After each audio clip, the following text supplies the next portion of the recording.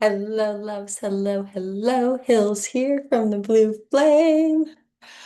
Ooh, through the Pleiadian portal we have come, emerging on the other side and preparing to pass through the Aldebaran Silver Gate and into the Sagittarius Blue Moon.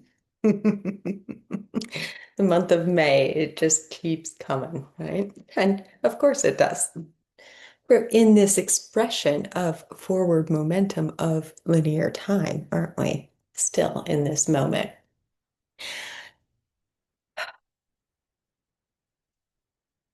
As we were coming into the beginning of May and that Scorpio micro full moon, we talked about the three A's. We talked about how as we move through each month of May, we move through first the solar algol conjunction, then the solar Alcyon conjunction, and then we finish off the month with the solar Aldebaran conjunction. We have come through those first two A's, and now we're approaching the second. And this is what we're going to talk about today in this update. For the Pleiadian portal, we did a deep dive into the long now of the star Alcyon.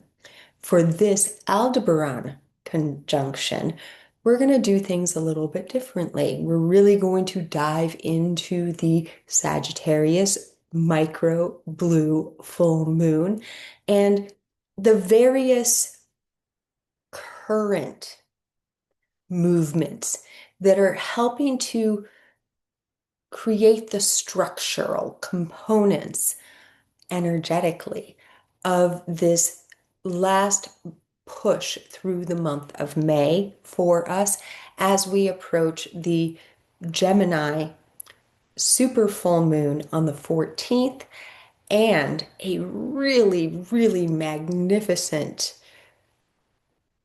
Venus-Jupiter conjunction on June 9th, and highlight that date because it is a powerhouse. And part of what we're moving through as we come through the Silver Gateway, as we come into that Sagittarius Micro Blue Moon, is a visualization. So let's start here first with Aldebaran. Aldebaran is one of the four royal fixed stars of ancient Sumerian astrology, and it is known as the Silver Gate. We've talked before, and you may have heard from other places as well, this well-documented energetic which Aldebaran holds as being the final resting place, the place of repose before a soul comes into its human incarnation form. What does that mean? Well, if we look at the human consciousness, the soul's merging with a human body while in the mother's womb, what we're talking about is the silver cord, that connection. The fetus has that umbilical connection, right, to the mother where it gathers its nutrients and nourishment, right? Likewise, our soul is connected to that part of it that never incarnates via a silver cord. This is one of the reasons that Aldebaran is the silver gateway. So as the fetus is forming, as that embryo is growing and growing, the soul that will be taking up residence, that will be merging with that human consciousness, with that human vessel, spends some of its time in the womb and some of its time elsewhere. One of the ways that we can feel into this is that the soul exists beyond the fourth dimension, which means that it can be in multiple places. It is omnipotent. It can be in multiple planes of existence simultaneously, which also means that we are running various incarnations simultaneously. What we're talking about with Aldebaran is that the consciousness, the part of the soul that's going to incarnate into physical form in a specific human vessel, spends its preparation time before it travels the silver cord into that vessel in that stellar dimension we call Aldebaran. The information is being transited of what the soul has signed up for in that particular incarnation, just like nutrients, just like food is traveling through the umbilical connection between the human mother vessel and the human child vessel. New information, nourishment is being encoded through that silver cord transmission that connects the soul to the human incarnation that it is about to have. Now, from our dharmic karmic perspective, when the sun meets every end of May with that star, with that stellar dimension, Aldebaran, we are given a nice open portal to what was being transmitted during that occurrence. Remember, time is only linear in our perception here on Earth. Once we come into those higher soul perspectives, it is all flowing in every direction and we can connect. So when the sun conjuncts with Aldebaran, it's like the way I'm seeing it is like when you put the quarter in the gumball machine and it tick, tick, tick, tick, tick. And as it moves, the chamber opens and it releases the gumball. It's kind of like that. When the sun and Aldebaran meet, everything lines up to give access to that moment when we were souls communicating through the silver cord with the human form that we were planning to incarnate, to merge with. So any revisions to the soul contracts, any upgrades or updates are very, very easily funneled during this occurrence. Much like when we have Arcturian conjunctions, we can go into multiple life review experiences as well, because that's one of the portals. But that one is not just human earthly incarnations, that's all of them.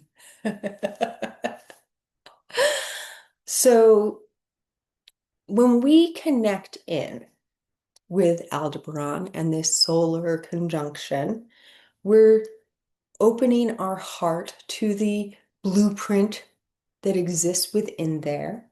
And one of the ways that I've personally found really helpful when working with this energy is to work with the connection point between the heart and the navel center, right?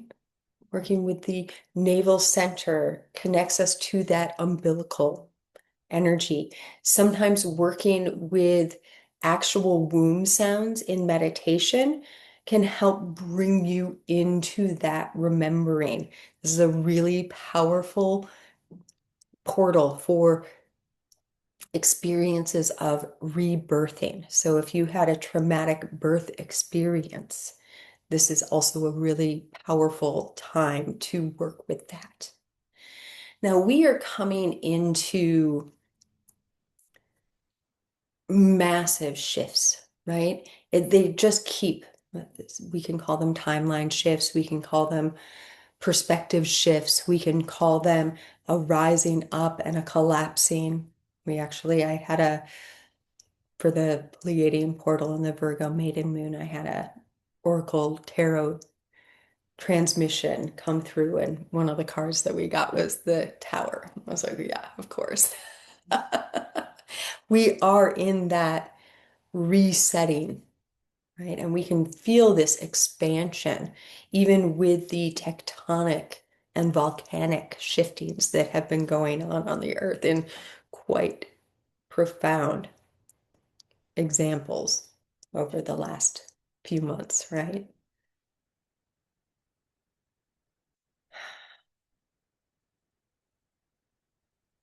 As we move towards this Aldebaran Silver Gate, and let's backtrack a little bit.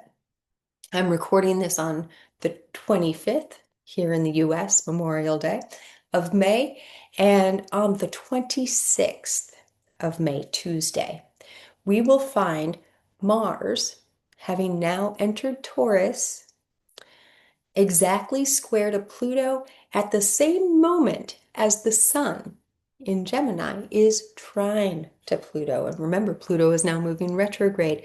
This is two fiery bodies working with the underground, with that energy of shadow work for everyone. That is the medicine of Pluto in Aquarius. So as Mars is in Taurus, and let's feel what Mars is like in Taurus. Fiery earth energy, productive and destructive simultaneously, much like a volcano, right? A volcano burns away everything in its path and creates the foundation for the new land. A forest fire is similar, right? It clears away the brush. The energy of Mars in Taurus is very much like a volcano or a forest fire. It has that purification quality, the movement of energies. And it's not subtle and it's not gentle, right? Taurus represents that which we possess, which we are possessed of. It is our capacity for manifestation. It is the sign of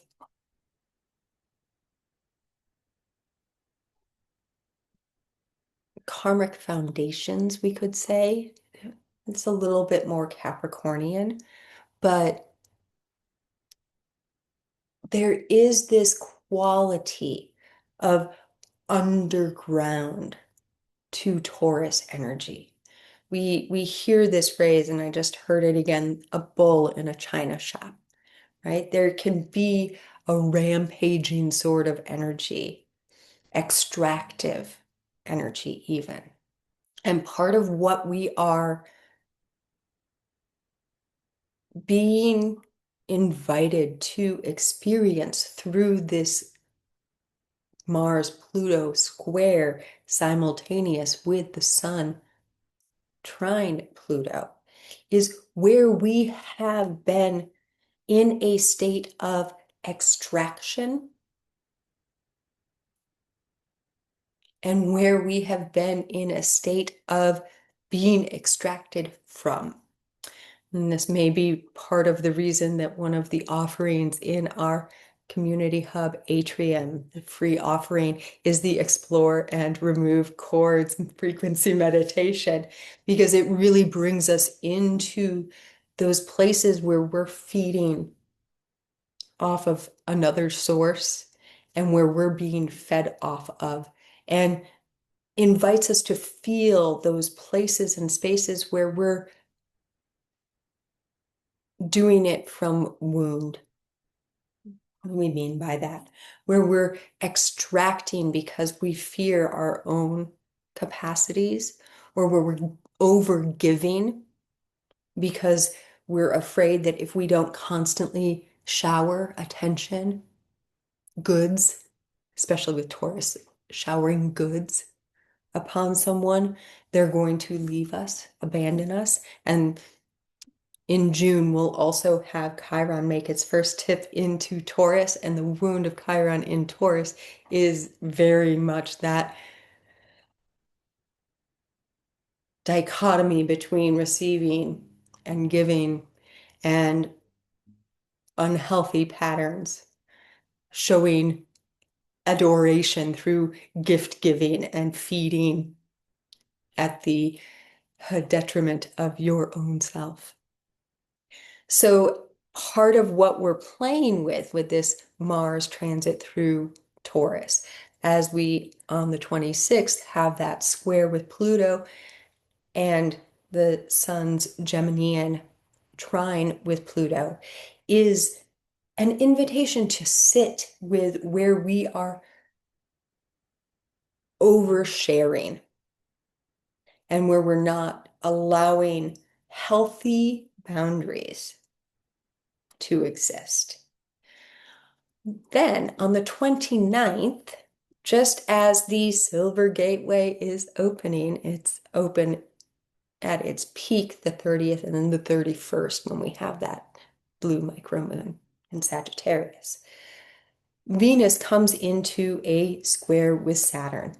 Now, Saturn is not alone in Aries right now. Saturn is being conjuncted with Medusa. And we talked a lot about Medusa at the beginning of the month, didn't we? Because Algol is Medusa's third eye, because Medusa has been moving through this land of Aries, helping us to reclaim that I am, our true power, our true creative expression. So when Venus, now in Cancer, squares Saturn, conjunct Medusa, also conjunct Shiva, foundations. So we have actually bookending. We have Saturn on one side, Shiva on the other side of Medusa, creating this stage through which our true power is held. The capacity for us to create, to dance, to sing, to be that beautiful magician,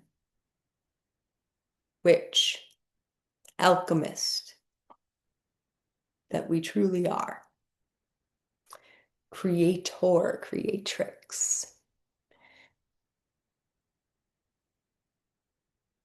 Venus squaring these players, Venus in Cancer.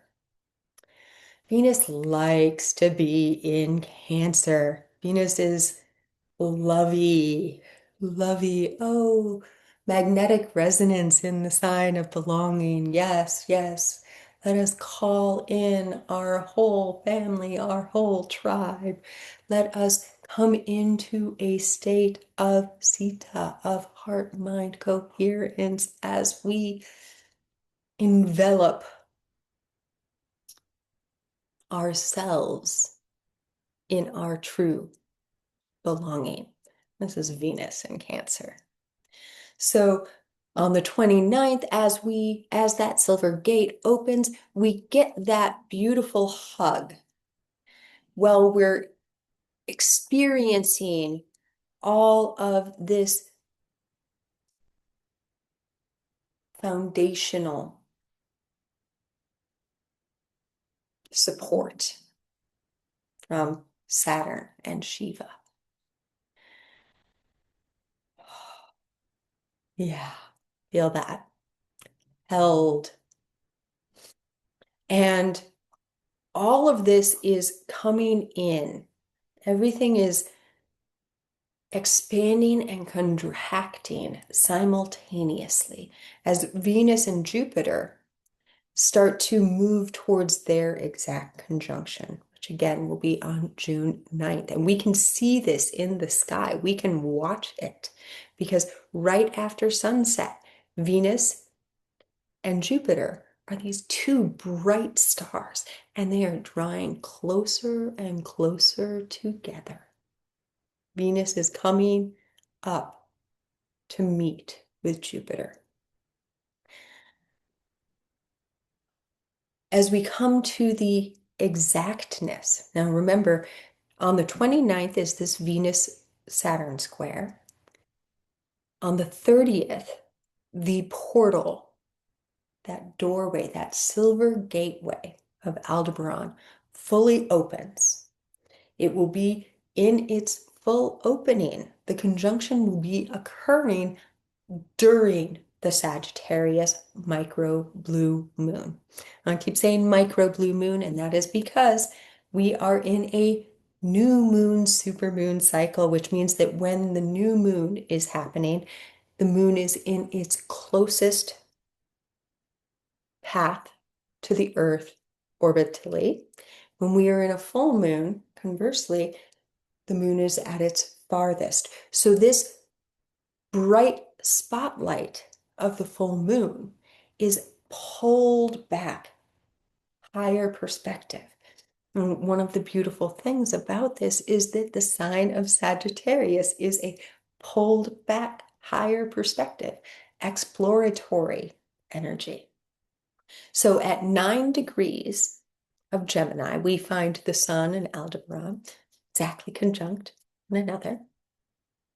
At Cazimi, the Sun passing through the heart of another star. Across the way in Sagittarius at 9 degrees, we have the moon, that micro full moon, opening us up to our highest potentiality.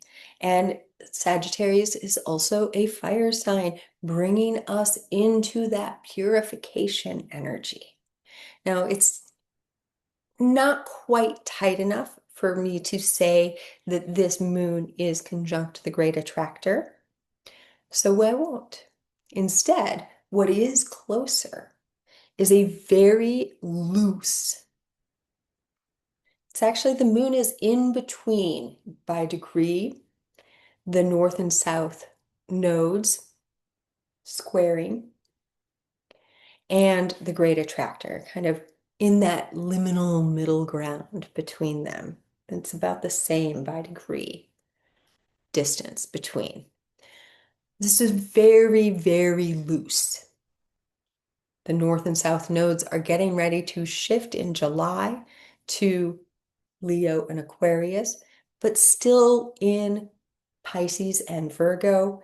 And they're getting ready for a Gemini super new moon square off with Uranus. We'll get more on that when we get closer to that Gemini super new moon. So here we are. Here we are. We have this micro moon shining a light from a higher perspective as the sun passes through the Aldebaran Silver Gate. And Venus conjunct Osiris. Now, Osiris, the Egyptian god, helps you to journey the underworld in the Egyptian books of the dead. Osiris is part of that transition through the lower worlds, helping you to rise up. to the seat of the gods, the throne of the gods, the upper world. The earth is the middle. These two, before I say that, let's remember that that is the energy of Osiris pulling all of oneself back together, allowing oneself to be put back together and to be risen from the dead. Now, Venus and Isis are aspects of the same feminine energy, and it was Isis, of course, who helped Osiris remember himself. So she gathered all the parts. She gathered all the parts. Isis will be conjunct Jupiter during this Sagittarius Micro Blue Moon as well. So we have Isis playing along in Cancer. The remembering king, Osiris, conjunct the magnetic resonance of Venus, will be passing through the land of Sirius during this micro moon at 14 degrees of Cancer. So we are collecting all of our soul. Remember, we've been talking about how May is all about soul retrieval. This is what we're remembering. We're remembering that we're souls having human experiences, and we're remembering that it's not simply this one incarnation that our soul is experiencing, but many incarnations simultaneously. And as we connect those threads, we're able to also access the gifts from all of those various experiences, including the one we're in right now. So we can transmute, we can purify, right? We can perfect. That's the South Node in Virgo energy. Our merging of heart mind, our merging of soul and humankind.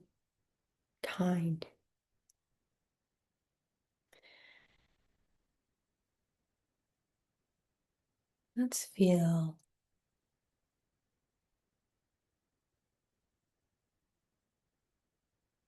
Sirius is powerfully connected to the Isis priestess lineage. And when we look at the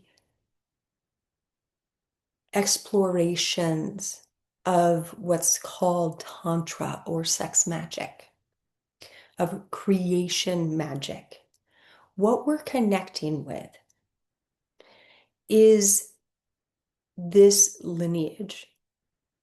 And it's not about the physical act of sex, though that is a component of it, of course, right? We're in these human forms, and one of the ways in which we create new life is through that merging. But what we're really talking about is presence. And when we're talking about presence, we're talking about the awareness in the heart and the mind, in the sacral centers, coming through that line, the whole human beingness, allowing the presence of our soul to merge with that humanness. It is not a up and out, it is a calling in, and this is what soul retrieval is all about. So feel for yourself as we move through this silver gateway blue moon. What brings your human heart and mind most in communication with your soul? Where do you find yourself released from linear time? Is it in meditation? Is it when you're sleeping? Is it when you're dancing? Is it when you're singing? Is it when you're cooking? Is it when you're writing? Could be a combination of multiple things. And as you're in these various states of meditation, it could be exercise, it could be climbing a mountain, it could be taking a bath, it could be getting a massage. Part of this energy is likely to manifest with some pain. I can say for sure that that has been true for me, especially with the Mars in Taurus piece. Find those spaces where you are able to open, where you're able to see beyond limitations of this and that, and open to the limitless potentiality that is both and, that is the constantly shifting now.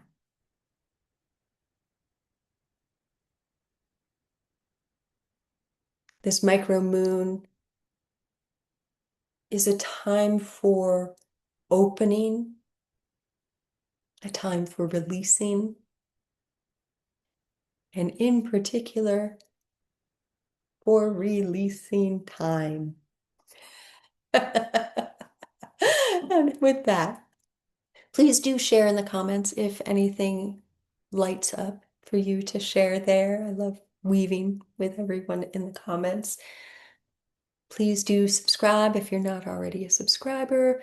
And if you're called to come over to the Blue Flame Apothecary on Circle into our community hub or deeper into the inner sanctum, there are links below. The Oracle, the Pleiadian portal Oracle card transmission is available right now, as is the Explore and Remove Cords frequency meditation in that outer atrium, that free area where we gather of the Blue Flame Apothecary. If it calls, links below, you know, all the things. And thank you for sharing this space with me, shared in these weavings, as always, in the always. So much and many loves from the dimensions of the all and beyond, beyond.